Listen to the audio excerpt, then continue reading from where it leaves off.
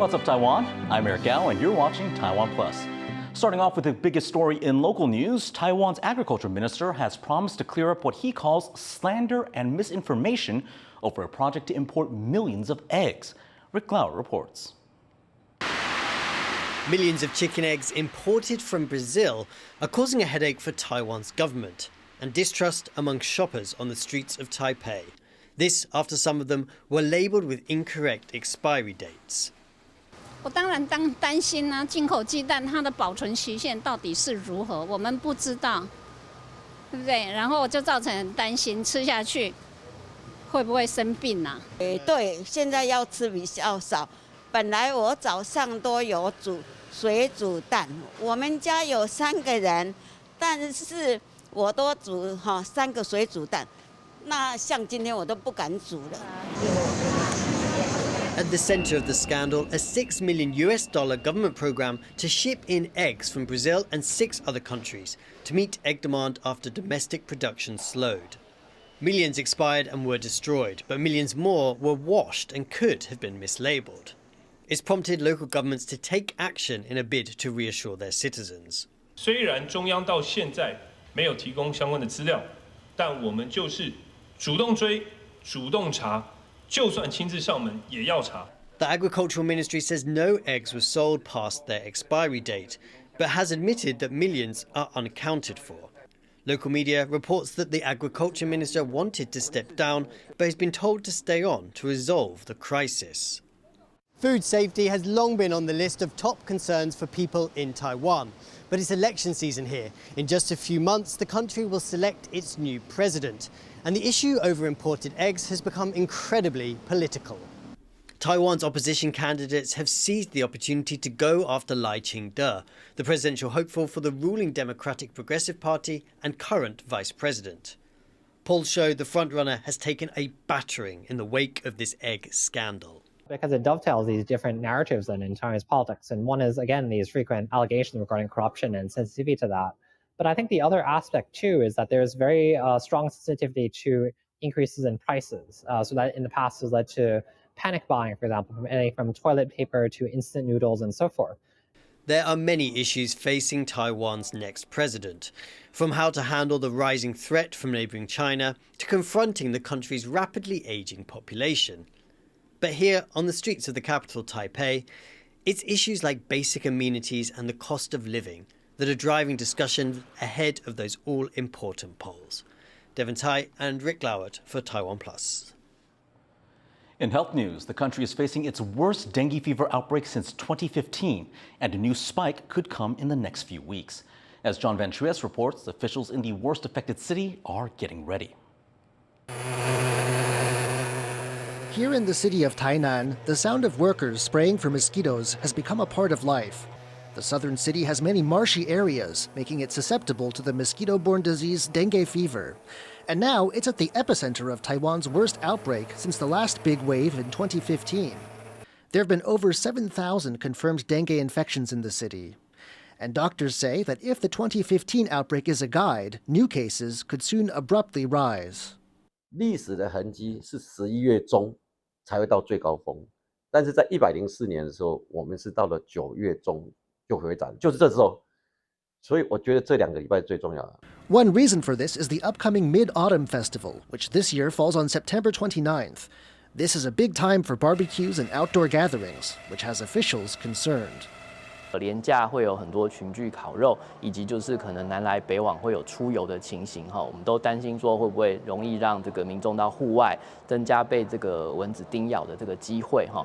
On top of this, the city is strapped for cash to do the work needed to keep things under control, spraying and other tasks like cleaning stagnant water where mosquitoes lay eggs. As such, the central government in Taipei is having to step in. 将近1000万的一个经费的一个缺口，希望环境部可以给予帮助。那这一点我也在这边跟各位报告环境部会给予全力的一个支援。And the Centers for Disease Control has put together a team of over 20 to handle mosquito spraying and other work in the worst affected districts. The team will keep working for a month. The hope is that this work, along with recent dry weather, will be enough to avoid a repeat of 2015. John Su and John Van Trieste for TaiwanPlus. To help fight mosquito-borne diseases, researchers in Taiwan have invented a machine that searches for mosquito eggs in difficult-to-reach spots like sewers. The idea is to kill the insects at the source, stopping the spread of illnesses like dengue. The device uses thermal imaging equipment and a camera that can rotate 360 degrees. It's been tested successfully, and its inventors hope that it will replace expensive manual checks. Almost 2/3 of all traffic deaths here in Taiwan this year involved motorcycle accidents. Some say this is because motorcycle license tests are too simple, and they're pushing for a more stringent vetting process. Bing Wang reports. Just stay within the lines. This is one part of the motorcycle license test. People must also complete a written exam, then pass the road test on the course. 中间转弯的部分吧，因为来回转的话，自己紧张的话还会转来转去，很怕就是会脚踩地。本来就会骑啊，对啊，蛮简单的。 But some are saying that tests like these are not doing enough to prepare motorcycle riders to safely use the roads, and the numbers seem to support this. According to the Transport Ministry, motorcycle accidents have topped the list of all vehicle accidents for the 5th consecutive year. In the first 6 months of 2023, there were 998 motorcycle fatalities in Taiwan, accounting for 64% of the 1,569 deaths caused by traffic accidents. The National Audit Office released a report that says the primary cause of this is a lack of safety awareness and other skills. This has led some to call for more rigorous testing for motorbike riders. 检验很粗糙，看说你有没有白头，可是白头要看什么东西？交了吗？有没有办法检验？重要的事情是我们上路需要多少的动作。 The Higher Bureau says it has made the exams harder for the last 5 years, lowering the pass rate from 60% to just under 50%. And another test is in the works. 我们在10月底之前也有做一些，你要有一个辨识答对的一个门槛，比如说5题，你要答对4题才可以往下预约。那假如一直都没有答对，你至少要看15题。我们在城市设计里面增加它危险感知的一个意识。 It's hoped that these new measures will lower motorcycle deaths, increase rider skills, and help keep both them and pedestrians safe on Taiwan's roads. Chris Ma and Bing Wang for TaiwanPlus. Over 5,000 micro cameras bought by Taipei's police are raising security concerns after it was discovered parts of the cameras were made in China. The devices were meant to be used as police body cams. The manufacturer says that only some antenna components were made in China, and they don't believe they pose a security risk. Police are investigating the deal, which is not yet complete. They have asked for an explanation from the manufacturer. 采购案尚未完成验收，所以我们在验收的时候，我们会以更严谨的态度，针对产品的原产地及相关的资通讯的部分，来做一个严格的把关。 In international news, China's Foreign Minister Wang Yi is in Russia to discuss security and the war in Ukraine with his Russian counterpart, Sergei Lavrov. The meeting comes amid China's refusal to condemn Russia's invasion of Ukraine. Closer ties between the two countries could pave the way for Russian President Vladimir Putin to visit China. Putin recently met with North Korea's leader Kim Jong-un, and some analysts say the recent string of meetings in Russia signals further opposition to the U.S. Tens of thousands of people marched in New York City to demand an end to the use of fossil fuels. The march was part of global climate protests taking place ahead of the United Nations General Assembly. Activists called on U.S. President Joe Biden and other world leaders to end the burning of fossil fuels, a leading cause of the climate crisis. Now, several Taiwanese took part in the New York rally. Reporter Sally Jensen spoke to one of them, Taiwan Climate Action Network Research Assistant Benjamin Yang. What was the atmosphere like at the rally against fossil fuels? I think it was really impressive. I think there was a very wide diversity of groups and organizations represented. I think as diverse as maybe their definitions of what climate justice means. I think they were all kind of united in the message of we need to end fossil fuels now. Like basically the idea is to show all of the world leaders and representatives that are going to be here for the UN Climate Ambition Summit to show them that, fossil fuel phase out is something that their constituents really, really care about. So as a Taiwanese person, what was the point of you going to this rally, especially when Taiwan is not a part of the UN and can't be part of climate negotiations? As Taiwanese people, the UN and advocacy spaces around that aren't really something that we're really used to.